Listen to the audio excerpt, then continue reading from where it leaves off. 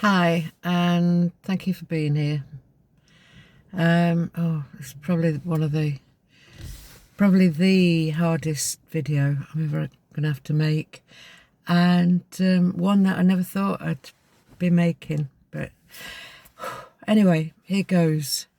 Because really, I wanted to reach out because although it feels like it's just me that's going through this at the moment, I'm sure it isn't.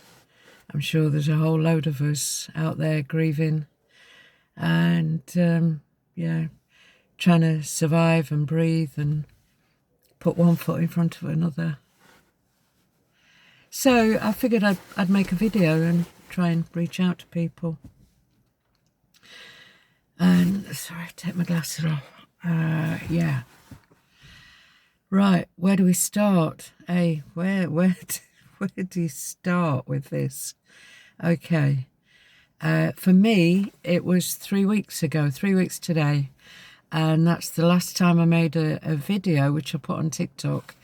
And I was half-heartedly joking about the Tesco's freezers not working because of the heat wave, and like everything seemed to be packing in because of the heat wave. And little did I know that around that time this was happening, and a few hours later I'd have the police at the door telling me what had happened. So where do you go from here? Where do you go? What do you do?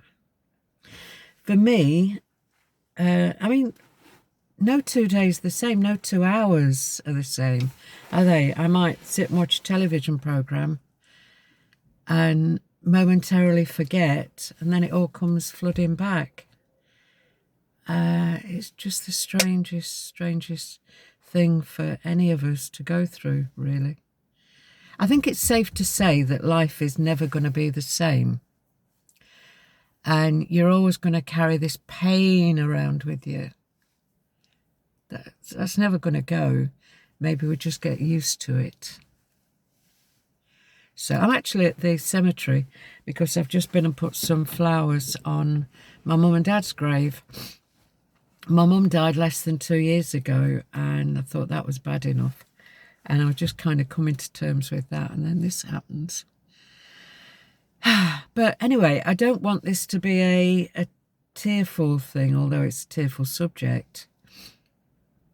I want to try and keep part of me positive, keep moving forward, I saw a brilliant quote. I've seen loads of brilliant quotes, because I don't know about you, but having a smartphone, and obviously I've been talking on my phone about what's happened, so everything on the internet is either about funerals or death or dying, or and it just all at you, and I try and filter through it. But I found there's been one or two really good inspirational, is that the right word, people that I found. One is a guy called Mo. He does a podcast called I'm Fine, and I'll find the link and I'll put it below. And I listened to part of the podcast. I couldn't listen to all of it, but in it he said that whoever you've lost is not your past. It feels like it now. You feel like you're never going to see them again. You feel like it's all over and that your world is coming to an end.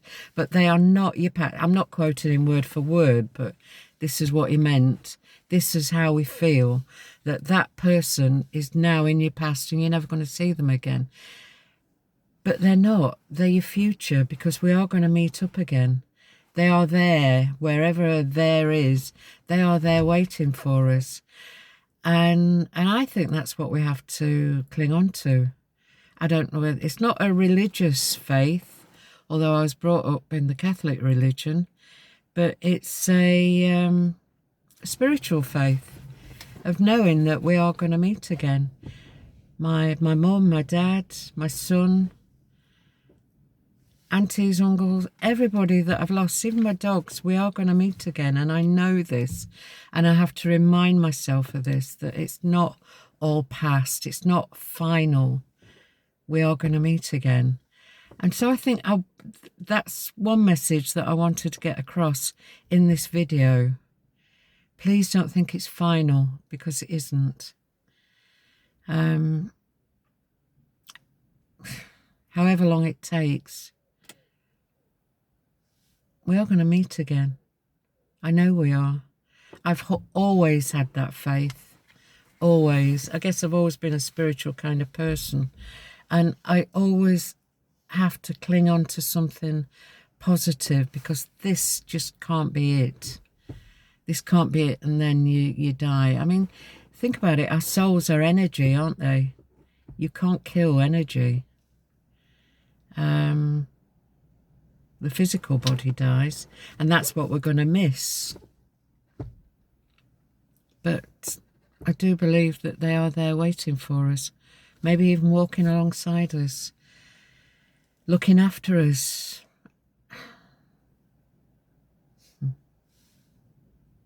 They are. I know they are. And another thing that this Mo guy, he really is a brilliant speaker. I wish I could remember his surname. His son Ali died, I think a few years ago now. And yeah, he's so positive. And another thing he said, and I only saw it a couple of days ago, but it stuck with me, is feel the pain, but don't go into the suffering. And that really makes sense to me, because I feel that pain. It's there inside me. Whatever I do, that pain is there, whether I'm sat watching television, whether I'm talking with my family, whether I'm in the middle of Tesco's, whether I go to the gym. It doesn't make any difference whatsoever. That pain is there. But if you go into the suffering, you're allowing it to take over your whole being. And I must admit, when I wake up in the morning, I want to go into the suffering. I don't want to get out of bed.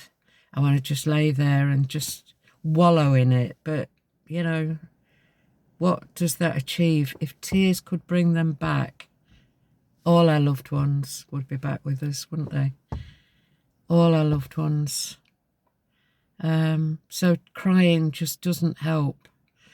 So feel that pain, because pain is love. Pain is love with nowhere to go. Somebody else said that.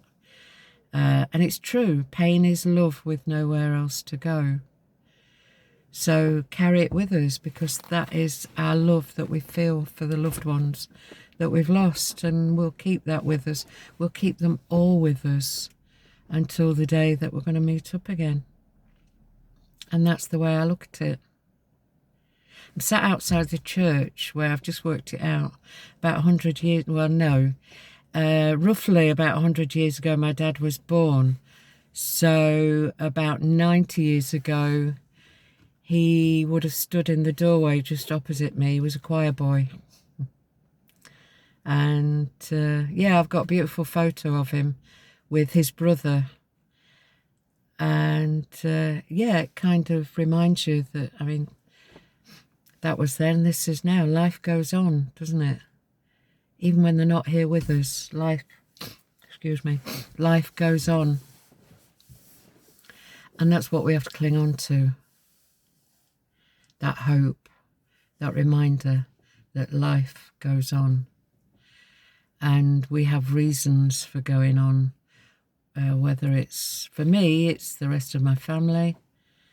My dogs, they need me. I have to get up in the morning for my dogs. I can't lay in bed and think, woe is me, the world is ending. I've got to get up. So, yeah, this is kind of my story, but I'm trying to put some hope in there for anybody else that's going through it at the minute. You're not alone. You're really not alone. I'm sure there's many of us. And if you feel like you can't cope in, and I'm coping, I'm pretty strong, I guess. I'm pretty strong. But I know that there'll be many people going through this right now that can't cope. And there's no shame in going to your doctor and saying, this is what's happened. This is how I'm feeling and I can't cope. Get help. Please do not suffer in silence.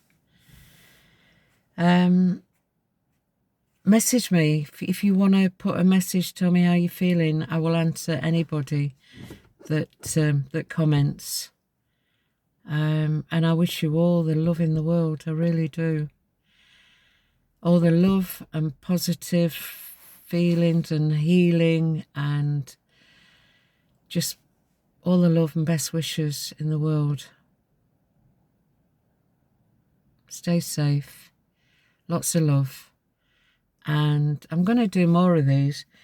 I'm finding it quite cathartic to sit here and talk about it, actually. I thought I would cry the whole way through the video, and I haven't. I've cried through a bit of it, but, well, no, I didn't. I teared up. So I just want to help. I want to feel better. I'm not going to feel better. I'm never going to feel better. But I want to be able to work through this. I'm not going into the suffering. I'm not. Don't go in there. Don't go. Feel the pain. Feel the love. Don't go into the suffering. Seek help if you need it. And I'll speak to you soon. Lots of love. Bye.